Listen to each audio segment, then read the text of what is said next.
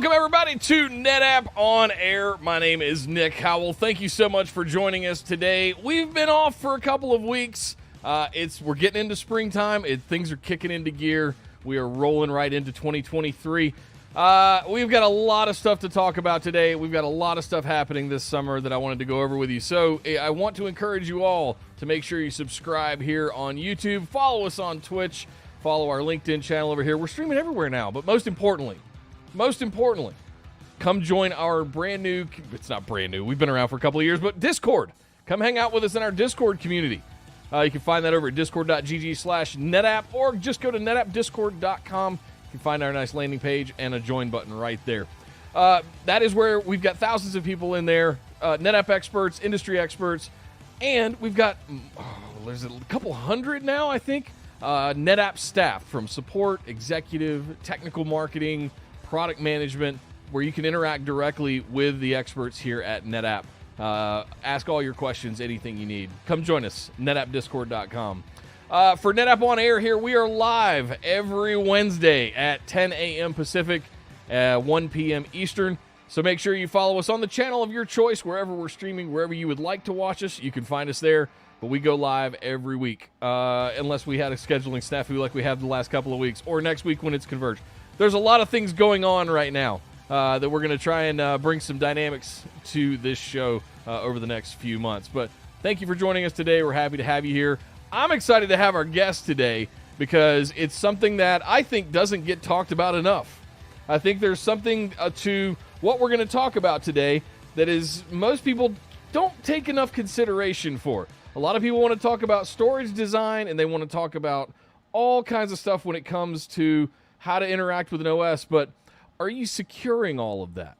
Are you aware of all of the underlying pieces and underpinnings of what happens between your users interacting with your servers that are then accessing your data, and all of the interconnects and things that are in between, and how vulnerable those things could be? Well, that's what we're going to talk about today. So I want to bring on my guest. He is one of our senior product managers here at NetApp, specifically covering all things security inside of ONTAP. Mr. Matt Trudewind. Matt, welcome to the show. Thank you for joining us today, and introduce yourself, please, sir. Yeah, awesome. Thanks for having me, Nick. I see that we both got the purple shirt, memo there. Yeah, I'm like you said, I'm a senior product manager here at NetApp, but I've actually been at NetApp quite a while, probably about 8 years now, with 5 of that focused on security. And then way back in the day, I did some security in a former life at NetApp for our support on the support side. So, nice. Yeah. Oh, so you cut your teeth in support. I always have kind of a respect for that, for people that come up through the ranks like that. I did. I always think everybody should start on the help desk to understand the plight of the end user. Yeah, I did that for a while, and then I was actually an admin installing on NetApp gear for a while. But yeah, funny enough, security was what I supported as well. We had a product way back in the day called Decrew, the data forts, and I was the escalation engineer for that product. So security's always been. I remember my account team trying to sell me Decrew. That was a little security appliance box, right? Yeah, it was. It was hardware. Actually, they ended up coming with software, but pretty cutting edge, honestly. Back in 2005, you could encrypt tape, SAN, NAS, and it even had a little IPsec, so you can encrypt it in flight as well. Pretty novel at the time. Pretty novel at the time. Now everyone sort of has these things built in. But. Yeah, tunnels. It's fine. Tunnels are old school at this point. Everything's, whether it's, I mean, TLS is even old at this point. That's the scary thing to me. So how did you find yourself in the position you're in now? How did you come up through the ranks and sort of discover security was the thing that really got you up in the morning and got you excited? Well, I've always been a little bit paranoid, Nick. Well, that's an excellent description. That's an excellent way to describe how you would get into that. Yeah. Yeah, I would always get on to my wife about not locking the car or setting the alarm or anything like that, and into technology. But I was starting to get sort of bored with the normal data access and everything, and the simplicity, usability is great, but it's like, at what cost, right? What are you giving up here? And probably the biggest thing for me was the first time I got my credit card hacked. Somebody stole my credit card number. And I was like, you know what, this is a problem. How do I fix this? And then people started needing help with security, and I found myself answering some questions on the distribution lists we have here at NetApp. And next thing you know, I'm applying for a TME position in security, and they gave it to me. And from there, it's just been onwards and upwards. But yeah, data security. Well, you have become known as the security guy at NetApp, the security evangelist of sorts. Yeah. For all things cybersecurity, and we now have a phrase that we refer to that is sort of all-encompassing across all of those things, and we're going to talk about all of them today. Give me a breakdown of how that phrase what that phrase is, and how it came to be. Yeah, so cyber resiliency, right, is basically the main topic in the phrase you're talking about. And what does that really mean? When you think about what malicious actors and bad guys and insider threats are all after, they're after your data. So when you talk about cyber resiliency, we talk about cyber events, which are all related to data. Exfiltration of data, which is stealing it, taking off site, locking your data in place, or just not having access to your data. Yeah. Which, that could be more than just, most people think a cyber event is only a malicious hacker with the hoodie on, typing at the keyboard. Cyber events can be other things too, right? What about a loss of power, cooling in a data center? What about hurricane, earthquake, or flood? Those are also cyber events. The resilient aspect comes into it when these events happen, and everybody's been doing it for DR and business continuity planning for years.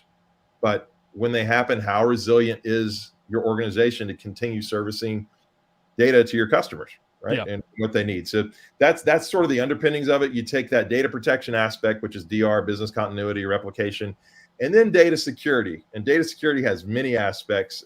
We like to break it down into 5, though: zero trust, ransomware, platform security, encryption, and certification, which is kind of like the show your work phase.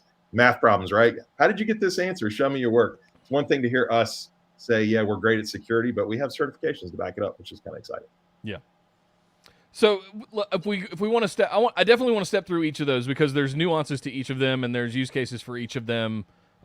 Whether it's the attack vector, whether it's the recovery side of it, and how do we help with all of those? I definitely want to cover all of those things, and conveniently enough, you're our senior product manager for all of those things mostly. So 2 weeks into that role, yeah. 2 weeks in. Well, congratulations on the new role. Yeah.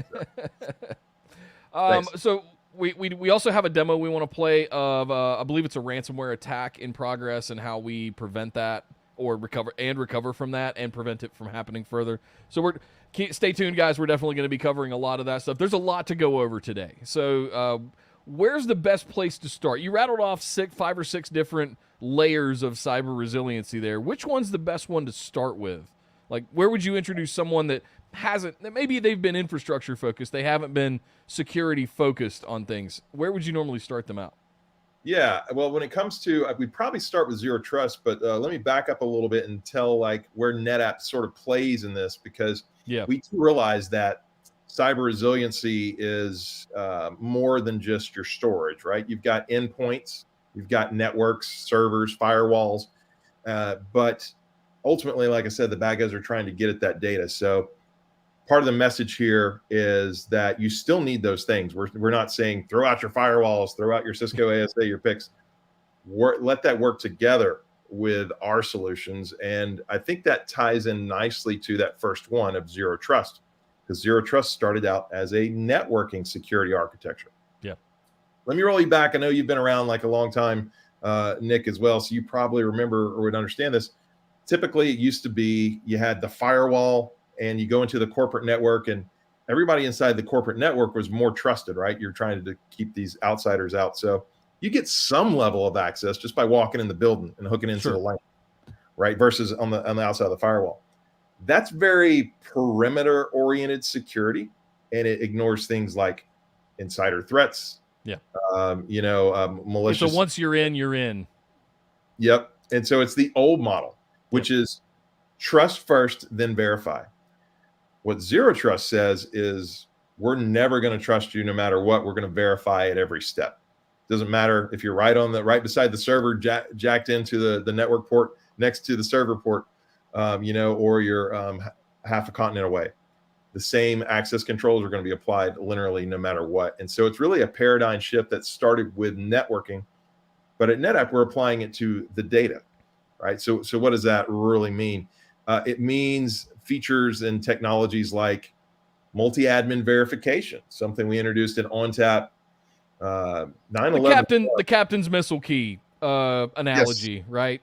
Yeah, where you need 2 people to launch that, which with ONTAP you can have as many as you want. I saw a MAV installation that had like 50 admins that had to approve it, and it was deleting of a critical volume. But that's what it is. 50 that might there's a line that you go. They were a little Good extreme, Lord. but some security people are, they were a little extreme. But MAV is amazing technology.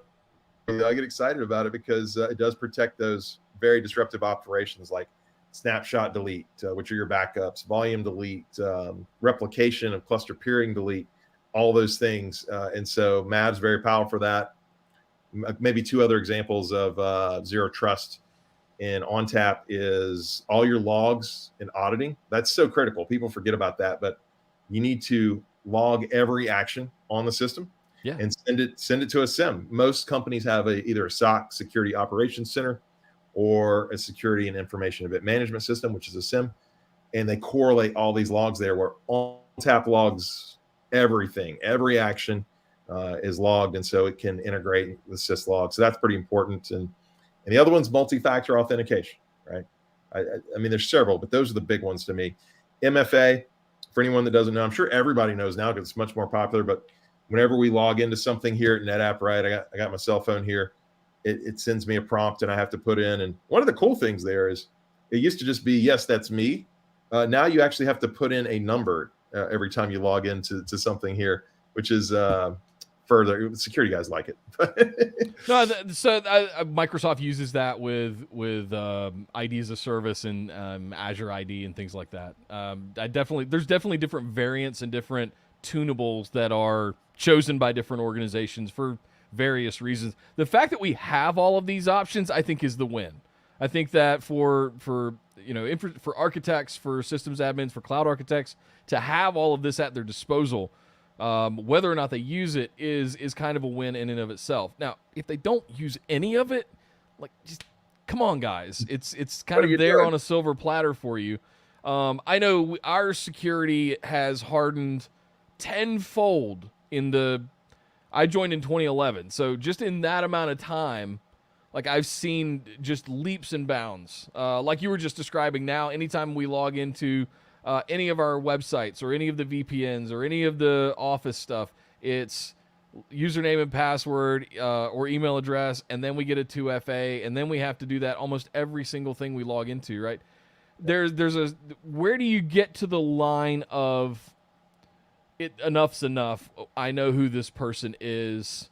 When we talk about zero trust, I'm constantly drawn to Cloudflare's zero trust tunnels, where they put something behind the network that does an internal layer of verification and that exposes it. So it eliminates things like port forwarding and chopping holes in firewalls and things like that. So I'm looking for, where's that line in your mind? Where do you see that line of, this is too cumbersome and it's too much sort of overhead and debt for users they're just going to get frustrated and quit using the product, or IT is going to start turning stuff off? Where's that line? Right. Yeah, I think that's actually a great question, because NetApp has some other products that help you there. And the line depends on what you're accessing. What's the data, right? Is it the most secret sauce, on the Big Mac? Or everybody knows what that is, but something like that. What's the secret recipe? And for that, you may want to have all those 50, 60 layers of protection. Why I say NetApp can help there is we're talking about data.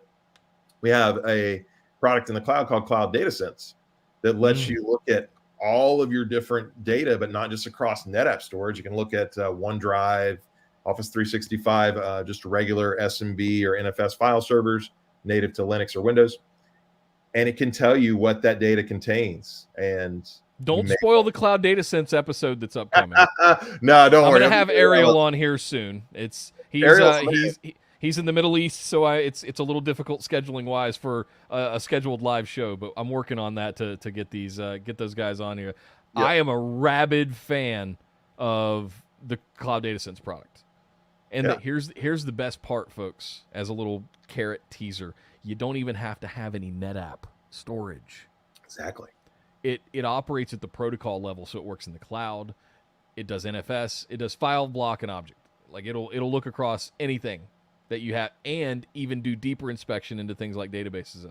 So be on the lookout for the Cloud Data Sense episode coming soon. Be on the lookout on my channel for a video on it coming soon. I'm working on that.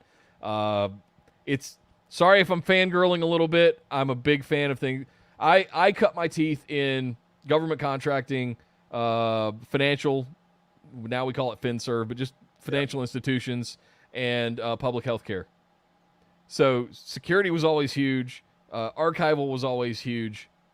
And the ability to scan and report on data was always huge. Go ahead. That gets to your line. Yeah, that gets to your question about the line, Nick, and that's how DataSense can help. The line's going to be longer and more difficult depending on how important that data you're accessing is. Yeah. So for some data, you don't need as much security. And that's really how it applies. So the first step is, what data do I have? How important is it? Classify it, and then protect it. So what we see a lot of people doing is, ONTAP is our most secure platform. I think everybody knows that. You may find some really critical data on a regular Windows file share that you might say, I want to put it with the ONTAP security instead, because it has all these different controls. So that's kind of how DataSense fits in to me from a security standpoint. I describe it as unknown unknowns. To invoke our former SecDef. I look at it as there's things you know and there's things you don't know, and then there's things you don't know. And I look at it as one of the best things Cloud Data Sense does is it brings awareness to what is actually out there in your landscape. To be able, and because at a certain point, one admin can only know so much that's going on in that side of things on a change rate basis, as things constantly are ongoing. You lose track of things. So to have a tool that will sit there and constantly poll and scan your entire environment, all of your data footprint, and on-prem and in the cloud, and it'll look at all across all of these various vendors that you have in your IT department to be able to tell you, okay, you have this much in FS, you have this much in databases, you have this much in object storage. Like, it'll look at all of that, give you a report, it'll scan for vulnerabilities, it'll scan for unmasked data if you're doing any retail processing or that kind of stuff. So I didn't want this to become the Cloud Data Sense episode, because we're going to deep dive on that at some point this year, but it ties in hand with what you're here talking about today. You have to know what you have in order to be able to protect it properly. So there is kind of a marriage there of that awareness and that scanning of what you have and how to protect it properly. Absolutely. Yep. Couldn't agree more.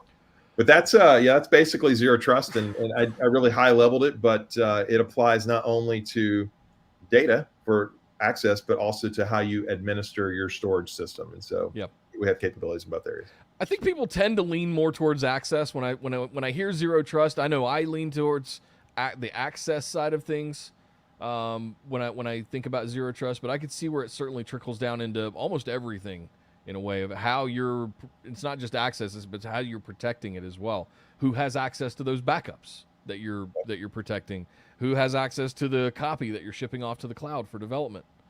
Like, all of that matters at the end of the day, and it's very important. Yeah. I want to skip ransomware for a second. I know we want to talk about that because we have a demo video we want to show there. Let's go over the other few, and then we can jump back to ransomware. Because there's other parts of this cyber resiliency umbrella. Talk to me about platform security. When you talk about platform security to customers, what does that really mean to them? Yeah, probably the core of that is how we develop the software that runs on our platform. So NetApp follows secure development lifecycle principles.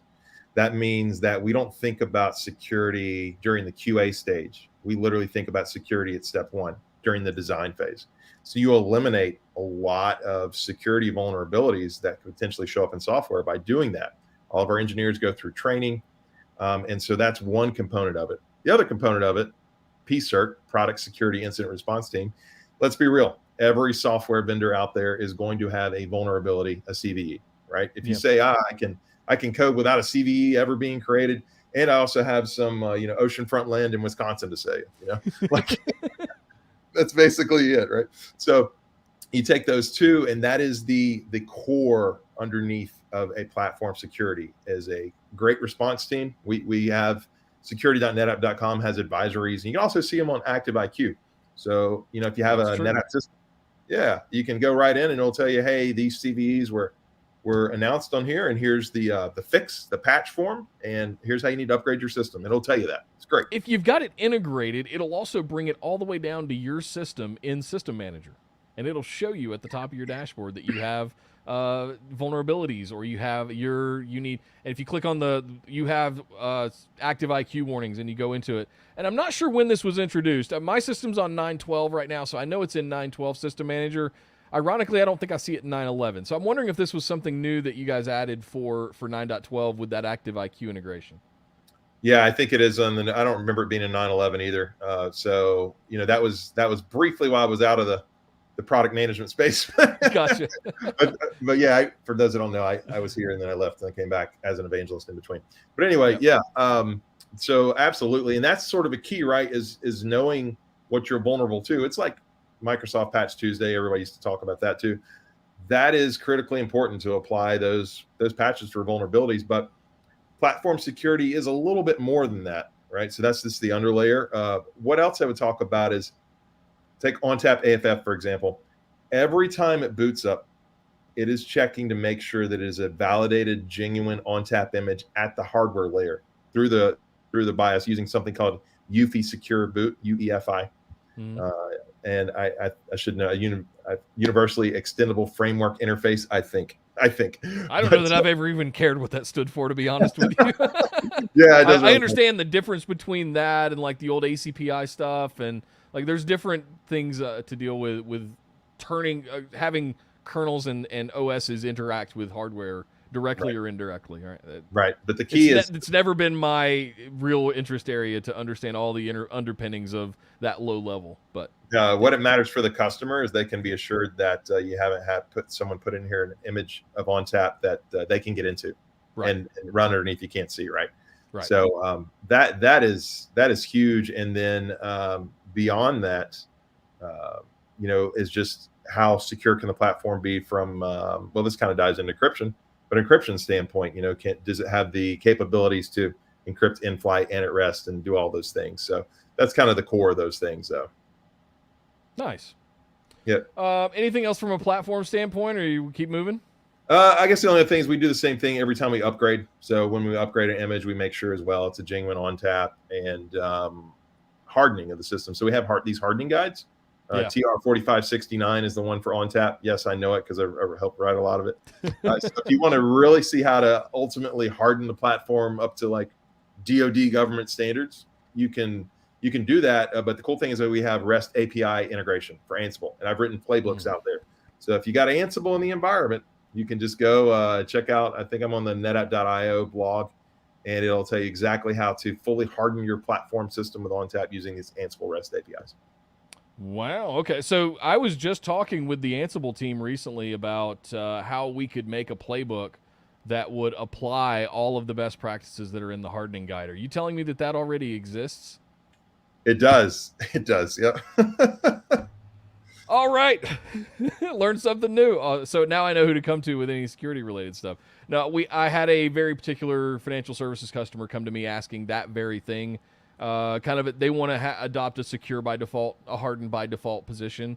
So as part of their deployment ritual, initial deployment of new systems or upgrades or things like that, they want to just kind of have that as the play, built it in natively as their deployment mechanism. So that's where a lot of that came from. But if you're telling me that exists already, that's a huge relief. That's not a playbook we're going to have to work on putting together. We need to make sure we get that one on the GitHub repository or wherever we keep all those playbooks if it's not already there. So keep an eye out for that one, guys. For those of you that are into ONTAP and Ansible and stuff like that, we'll get that one. Can we share links when this recording goes live? I can't remember, but if so, yeah, we'll put them in the Discord chat. Yeah. All right, because cool. You guys are all in Discord, right? They better be. Right. I'm on there. I answer questions on there, Nick. I answer questions all the time. I know. I love you that you're in there, man. That's one of the ways that's one of the ways we know each other exists, and that's the weird like interconnect that happens there. So come join us. There's hundreds of staff members in there, thousands of end users and experts from the community. So that is the place to be. It's something new that it's kind of unique to us from a vendor manufacturer standpoint. I think Intel has one, but that's more for like consumer side. But I don't know of any other ones that have an enterprise vendor manufacturer Discord community where you can come in and talk directly to product managers like yourself. Yeah, I got started on it because my kids are gamers, and so they showed it to me first. I had to get on Discord for gaming, so it was easy to join the NetApp one. There you go. There you go.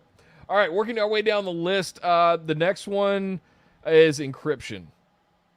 Yeah, encryption is kind of near and dear to me because, as I told you, I come from government contracting and financials and public healthcare, and everything, everywhere, all the time had to be encrypted. Even in the early 2000s, like we were dealing with some of that stuff. So we were, there was a lot of early adoption of self-encrypting drives.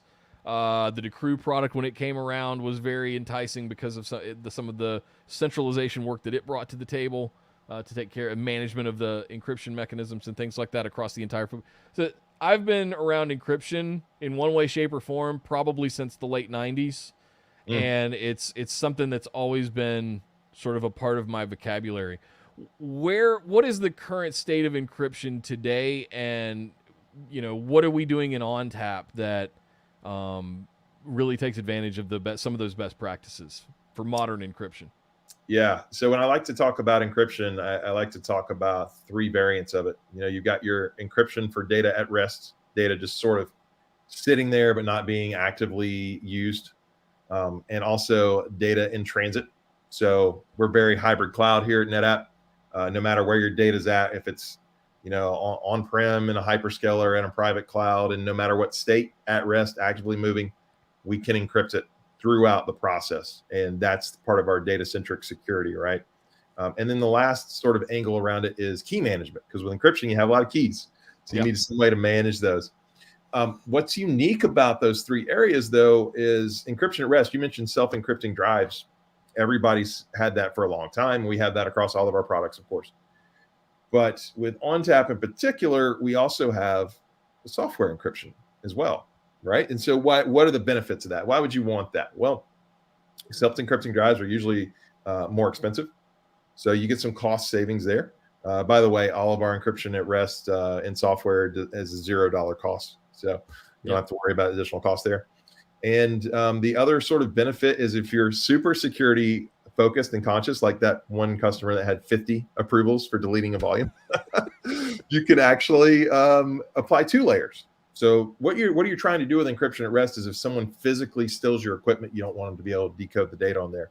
Right. Can you imagine if you have to break AES 256-bit encryption and you're the hacker and you spend years breaking it, like, yes, I got through the hard drive. I got through it. It's not a hard drive. I don't know how they'll. And then you find out, what? There's a software layer on top. I got to spend another 5 years trying to break through that, or whatever it is. So that's what we can really provide, is that dual layer of encryption at rest. In flight is a couple of different things, right? It's data, of course, and we added IPsec support back in ONTAP 9.8 just to cover everything IP, everything you can think of. But it's also management. Right? When you're connecting to System Manager or you're talking to a KMIP provider, which is Key Management Server, that needs to be encrypted. So TLS, you mentioned TLS at the top. We actually added TLS 1.3, which is the latest and greatest version there, back in ONTAP 9.11.1. So that's there now. Yeah. And it's really, just quick side note, TLS 1.2 can be just as effective as TLS 1.3 today. It's just which cipher suite you enable. So we do have the capability to get rid of the bad ones, and so there's nothing wrong with TLS 1.2. We're getting to that point where the older the 10.11.12 is starting to age out a little bit in operating in end user operating systems or browsers or any of that kind of stuff. So it's IE is officially finally dead. Older versions of Chrome and things like that are going away, but you get a lot of those errors because we've moved on to new ciphers for anything that's any websites that are behind TLS. So Yep. or 1.3. So I'm looking at it from it's not really about a server side problem. It's usually about an end user problem and whether they have something that has the ability to connect to something running an older TLS version. Yeah, that's always a big one, right? We get a question sometimes from customers is how do I identify my older TLS clients because I'm going to set the version to 1.3 or whatever. We actually added an EMS event for that. So ONTAP will tell you. Speaking of Corey EMS, nailed it. Rest in peace, XP. you were good. Oh man, I think I used that in college. But yeah, even those EMS events can be sent to syslog by TLS, and of course we've got we've had this so replication in between ONTAP systems or like fabric pool if you're replicating to a storage grid for fabric pool tiering. Right. All of that is using cluster peer encryption, which is TLS encryption. We've had that by default. This is one of the ones we turned on by default since ONTAP 9.6 because it works so well. So anytime you set up, I always thought the cluster interconnect stuff was kind of encrypted by default. At least it's hidden. It may have not had a cipher applied to it, but it was always kind of back channel stuff, wasn't it? Wasn't that one of the original primitives of cluster mode 10 years ago? Yeah, well, actually, the intercluster traffic or intra-cluster traffic, sorry, yeah, that is on a separate switch, isolated switch. So yeah, close enough. Yeah, so you're not supposed to connect any other devices to that switch. It's not part of the main network. But yeah, any of the replication between ONTAP systems outbound inter-cluster has been since 9.6 encrypted by default, which is pretty awesome. And CVO is a great use case example, right? You want to maybe send your SnapMirror or SnapVault traffic or replication traffic up to the cloud. It's going to be encrypted, NetApp to NetApp, ONTAP to ONTAP. So, is there anything you have to turn on, or is this kind of a default stance for ONTAP upon initialization? Yeah, any brand new cluster peering relationships starting in 9.6, which is old now, is default. Same thing for encryption at rest, actually. If you configure a key manager, starting in 9.7, we encrypt every volume as soon as you configure a key manager. Why are we doing these things by default? Because performance is great. We haven't had any performance issues with NetApp volume encryption, so why not enable it, right? Yeah. So and that's quick side note, key management I mentioned. We fully interoperate with all the KMIP vendors and the cloud KMS. Cloud's very popular. So Azure Key Vault, Google KMS, AWS KMS. You can use all those to manage your keys with ONTAP. Those are great because it makes rekeying very easy. You just rekey the customer managed encryption key, and that changes the entire hierarchy. But if you want to save a little bit of money and, like I just have one system, I don't need all this key management. We have a built-in key manager in ONTAP. So it's very easy. When was that introduced? Do you remember? 9.1 or 2. I think it was 9.1. That was early days, if I remember right. Yeah. We had our first question come in that I wanted to address real quick. Since we're talking about ONTAP and connectivity and all of that kind of stuff, do we have any sort of timeline, Mr. Product Manager, on introducing SAML support for Azure AD into System Manager? I love it. So that is a request I'm well aware of, and we have a lot of customers asking for it, and so I'm pushing to get that into the product.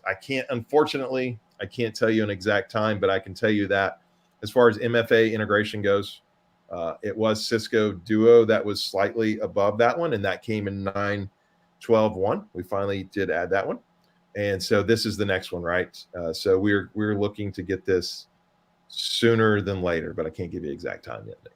Well, he wanted to let you know he's going to keep asking. No worries. I will keep telling engineering we got to get it done, especially now that I'm 2 weeks on the job. See, Nick, I'm only 2 weeks on the job. Here we go. Already getting shit done, man. I love it. Thanks, OG, for the question. Appreciate it. All right, so last couple of ones, then I want to get to the demo at the end. We've got to cover replicate. You kind of talked about replication already with the encryption, the in-flight stuff for encryption. Let's talk about certification, because there's some really cool highlights here that I want to make sure that people know that they may not know about ONTAP and about NetApp when it comes to things like industry certifications, as far as recognitions that we've received or things that we've achieved. So what are some of your kind of proudest highlights there? Yeah, there's really four main ones I'd like to cover very quickly. The first one ties in directly to what we were talking about with encryption. It's one thing to say we are AES 256-bit encryption, we have all this encryption, but we're actually FIPS validated. FIPS is a NIST standard, National Institute of Standards and Technologies, seen kind of as the authority worldwide on security. And we are FIPS 140-2 level 1 validated. And actually, FIPS 140-3 is coming. It's actually here. You can check the NIST website and you can see that we are in process for our FIPS validation there. It's public information. So we're going to have a 140-3 validation. The cool thing is, once we get it, is it'll be easy right there in ONTAP to upgrade. You won't have to rekey or do anything. You'll just all of a sudden flip a switch and you'll be FIPS 140-3. So that's important for federal government customers who have to meet those standards, but it's also important for customers that don't, because it means that our encryption went through certain checks to make sure that it is conforming to what it needs to for NIST standards. So we're not just making this stuff up, folks, right? That's what I'm getting at there. Yeah, the military's using this stuff. yes, and security is highly important. Yeah. So that's kind of a big one. We have that with drives, as well as our software encryption, our key management. We integrate with keys management servers that do higher levels of FIPS as well. You said something right there about key managers. I don't want to skip over the part where we talk about all of the cloud portfolio that we have and how those key managers and the integrations there. So all of our cloud storage services like CVS in Google Cloud, or Azure NetApp Files in Azure, or FSX in AWS, all of those places have native key managers in the cloud that you can use, and you can integrate directly into our cloud storage services from the cloud provider's KMS. So don't sleep on that one as well. You don't always have to use the ONTAP KMS. You can, but if you've got other things aside from your ONTAP cloud storage in your cloud provider or providers, you can use, there are even some third parties out there, I believe, that have a kind of an umbrella KMS that will integrate with ONTAP as well. So there are so many. It's really about it's going to be different for everybody, what KMS they use. And I look at it as, I want you guys to take away that we take encryption seriously and that we support it wherever we can, whether it's in the cloud or on-prem.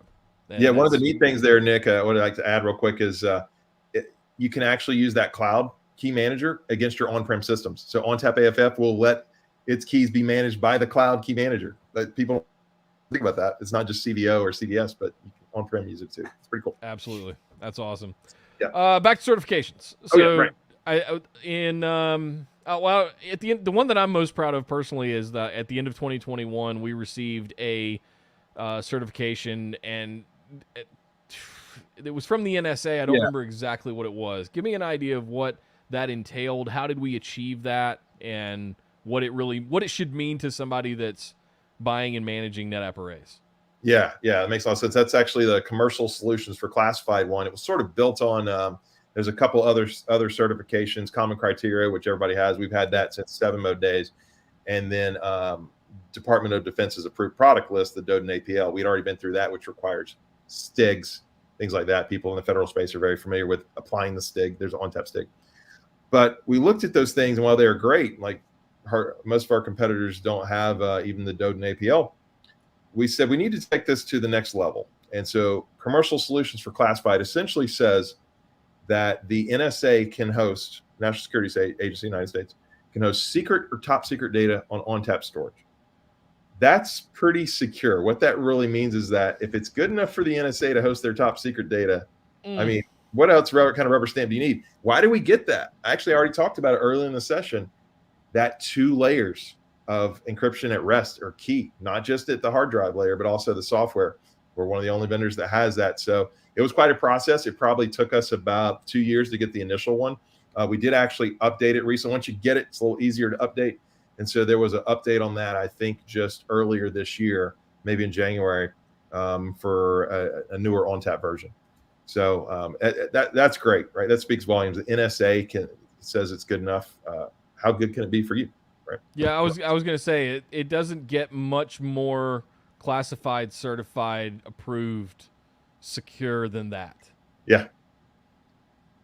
So I don't. Where's the mic? I'm going to drop the mic. It's the Obama mic drop, right? It's one of those where I'm looking at this going, okay, well, what other questions do I have at this point? Because if it's good enough for the NSA, I mean, like, what could I possibly ask for beyond that?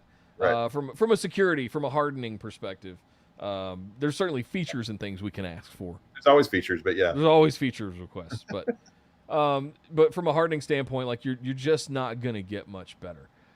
There's also the standard or certification that we use in the cloud, where the government facilities have to use certain the FedRAMP. specialized. Right. So all of our cloud storage products, again, FSX and AWS, Azure NetApp Files and Azure, and Google Cloud CVS have all been what's known as FedRAMPed, meaning that they have passed certain standards and things to be able to interact in those specialized cloud data centers from those service providers, and a bunch of other things. Like, I don't want to oversimplify how critical it is to have that, but excuse me, but it's literally a checkbox that you have to have before you walk into any 3-letter agency, and for them to be able to consume your products. That is a check. We spent years of effort on the cloud side, getting all of those certifications done, and they're all done. Like, we're at that interesting point of, okay, now what?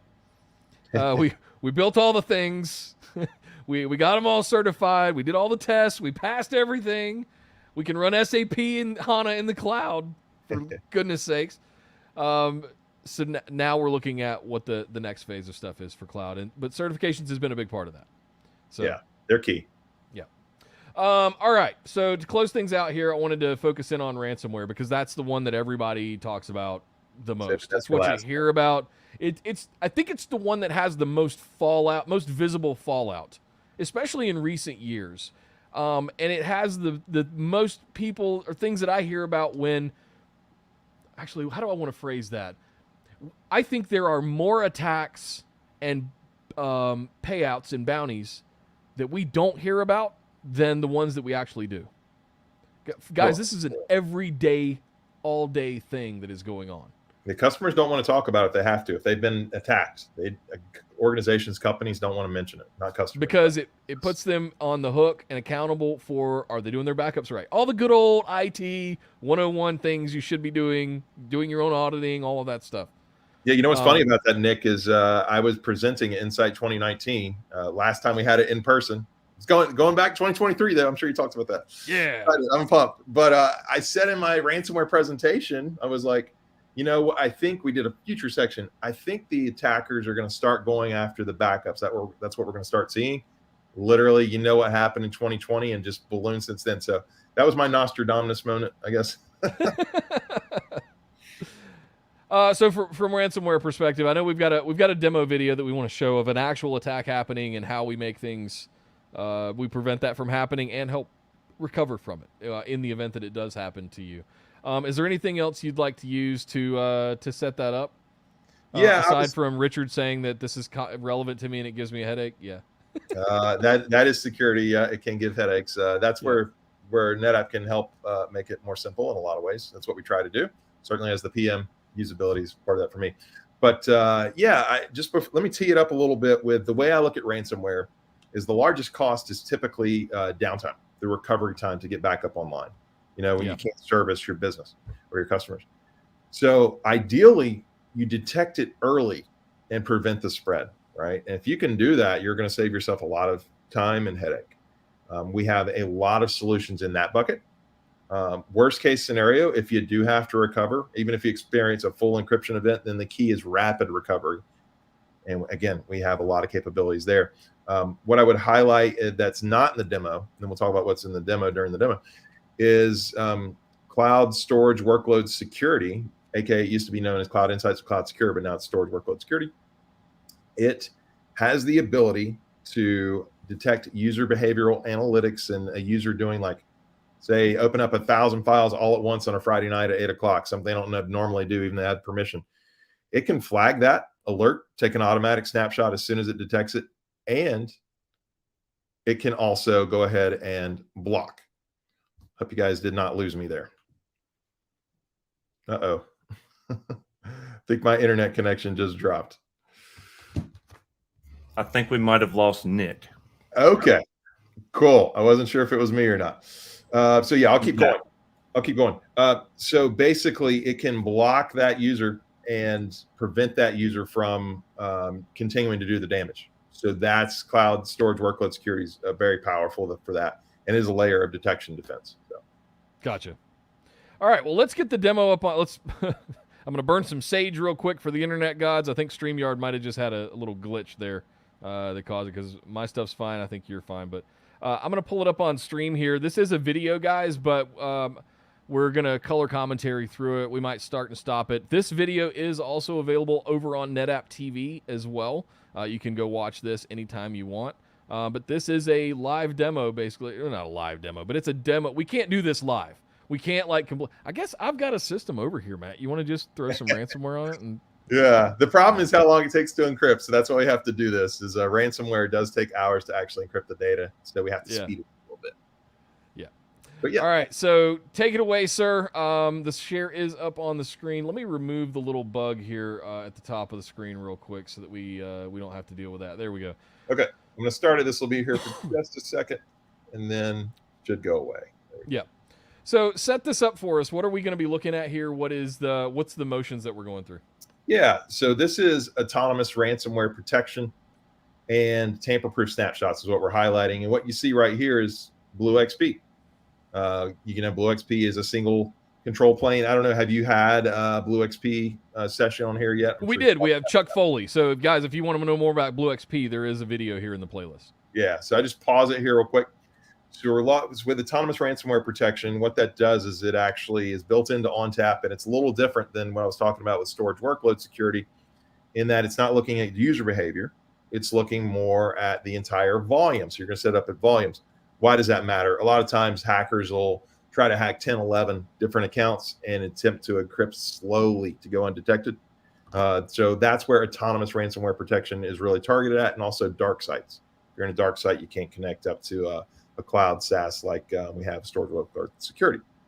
So that's where it's beneficial, additional layer. And right here through Blue XP, we're configuring it. So I'm going to start the demo again. We're logging into an on-prem data center, which is ONTAP. And I'm going to enter then the working environment. Of course, I got the credentials here already saved. And we're going to show you how easy this is to configure if you've got ONTAP storage.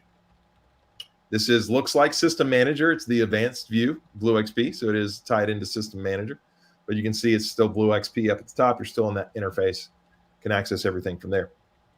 Now, going into the volumes here, you can see we've got 4. SVM1 Legal is the one that we're going to probably take a closer look at here. And we've got a security tab. On the security tab is anti-ransomware or autonomous ransomware protection. So we're going to enable it, but it starts out in learning mode. So you want to let this run about 7 to 30 days. Okay. And just so you don't have false positives. That's the main reason. So throw a pause on here real quick, because I think this is important to talk about. What is that actually doing? When I toggle that on a particular SVM or all of my SVMs, what in fact is actually going on under the covers there? Yeah, well, the good news is too, you can change a setting in ONTAP, so any brand new SVMs will automatically, or brand new volumes, will automatically start learning mode for you, so you don't have to keep enabling. But what it's actually doing is it's not impacting performance at all. Number one, that's always a question with security, so don't even worry about performance impact from it.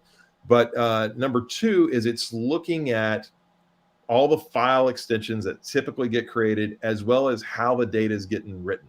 Like, is there any high data entropy in there? So if you look at our tech documents, it'll say there's certain types of workloads that aren't quite as good for autonomous ransomware protection. There's some that are, right? If you have a lot of video files, they typically create a lot of data entropy. That's not quite as good, right? But home folders, home shares would be a great one. So it's learning those two things. And then if it sees what the normal entropy and normal file extensions look like once you activate it, if it sees something not hit that pattern, then it'll do some things that I'm about to show you in the demo. Nice. So it's basically scanning every file. Is it going at the block level, or is it just doing file and extension level? Yeah, it's actually at it only works for NAS, so it's actually at the NAS file level. But Waffle is the one, Waffle file system underneath is the one that's actually creating a log of this and analytics. So, got it. All right, so let's kick this back up.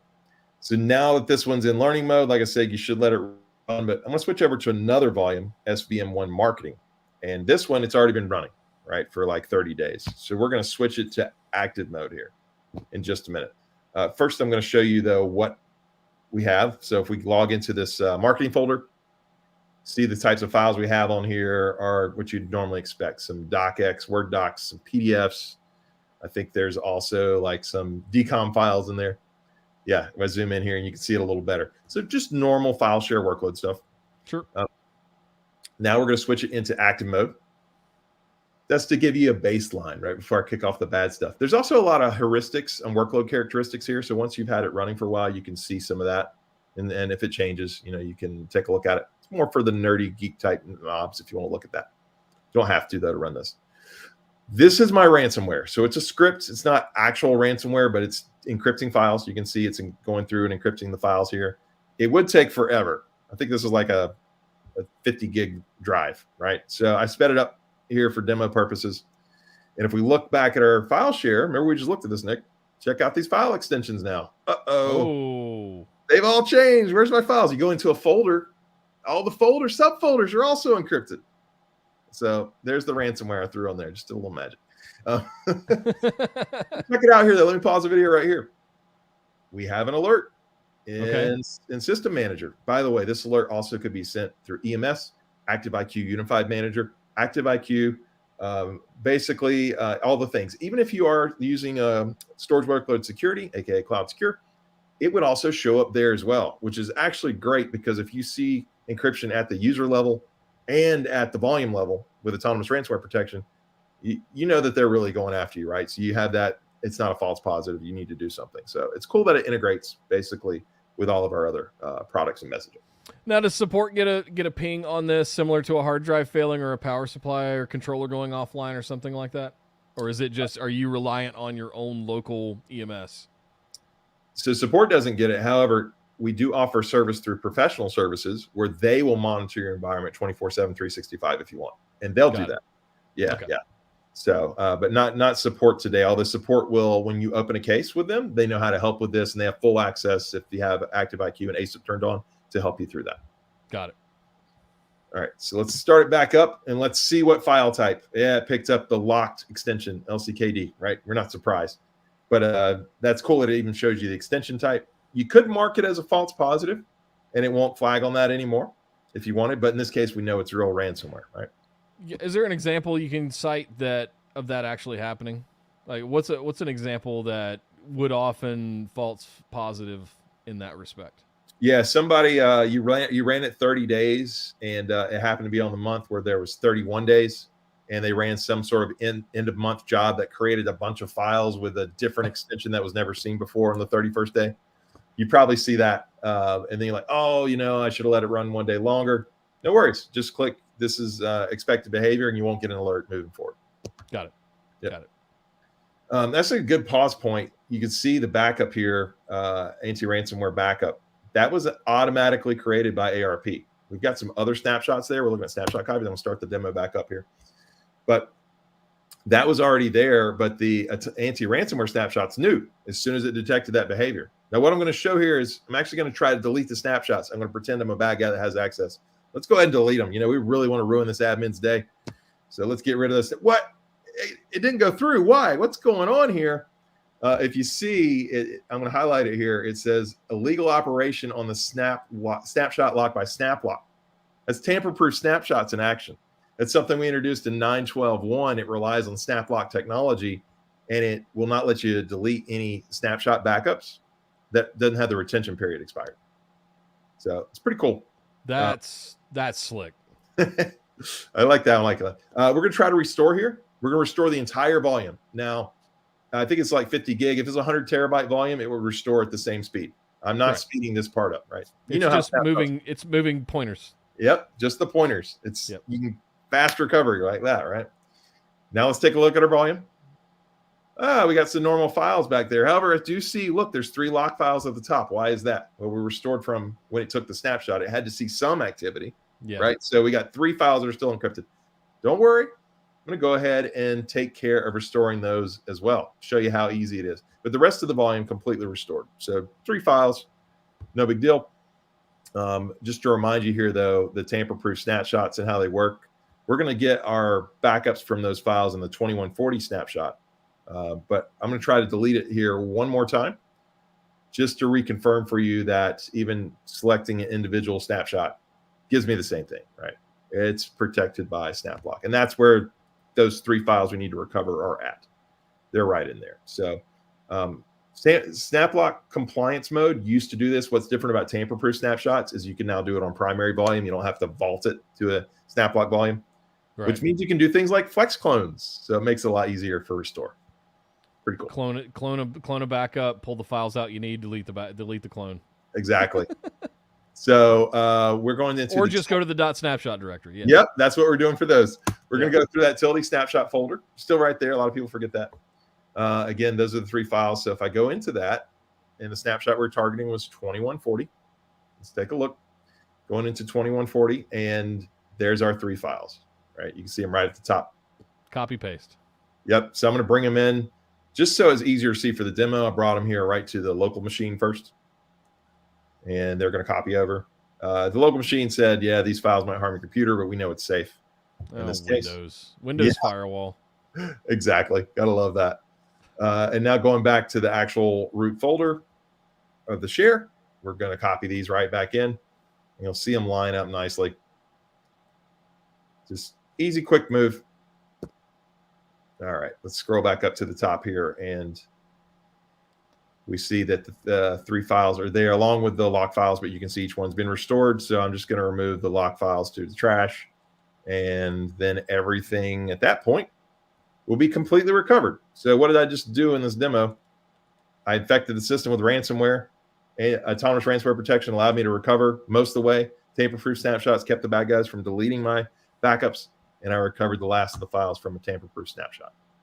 So to be clear, how much money did everything that you just showed me cost me above and beyond what I already paid for the system and licenses? So it's part of the security and compliance bundle, right? Got it. Yep. Okay. So if I've got I can't keep up with our changing bundle names that we have. So that it's in that bundle, but there is a bigger meta bundle that had the everything bundle. We still have that ONTAP 1. I can't remember what we're calling it. That just came out. Yeah. ONTAP 1. So ONTAP 1 includes that. I know it's live for C series right now. Yeah, so that's right. It was part of the C series launch back in February. Yeah. Yep. So with C series, you just get this. You get all these features already. So literally just turn on the learning with every new volume you create, please.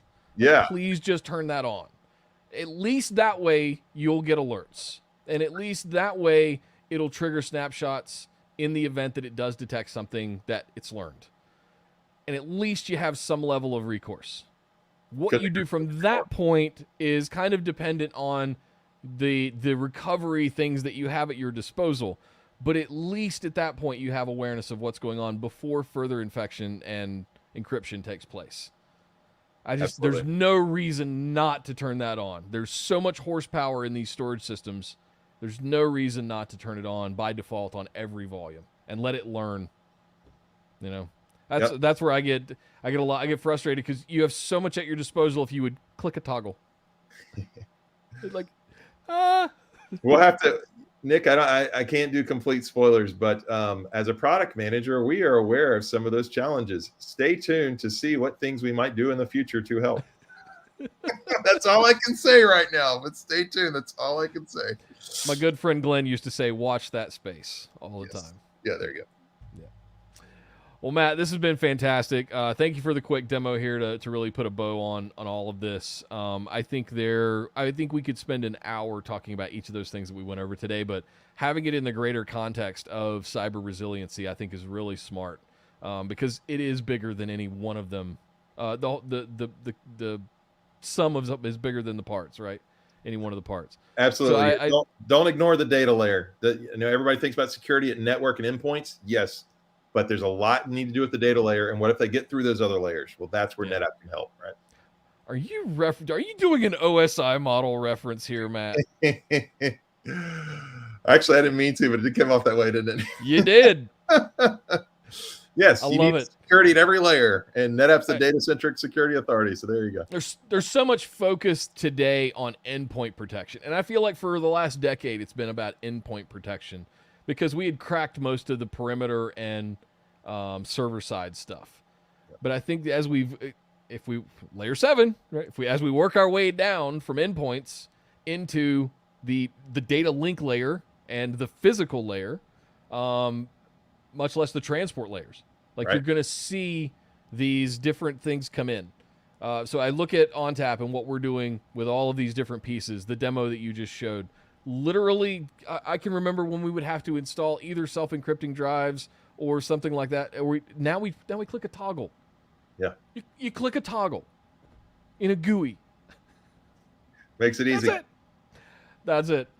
Matt, I know we've got some other stuff coming up. We've got some exciting announcements coming. Well, I don't want to spoil anything. I'll say this month. We've got some exciting announcements coming this month.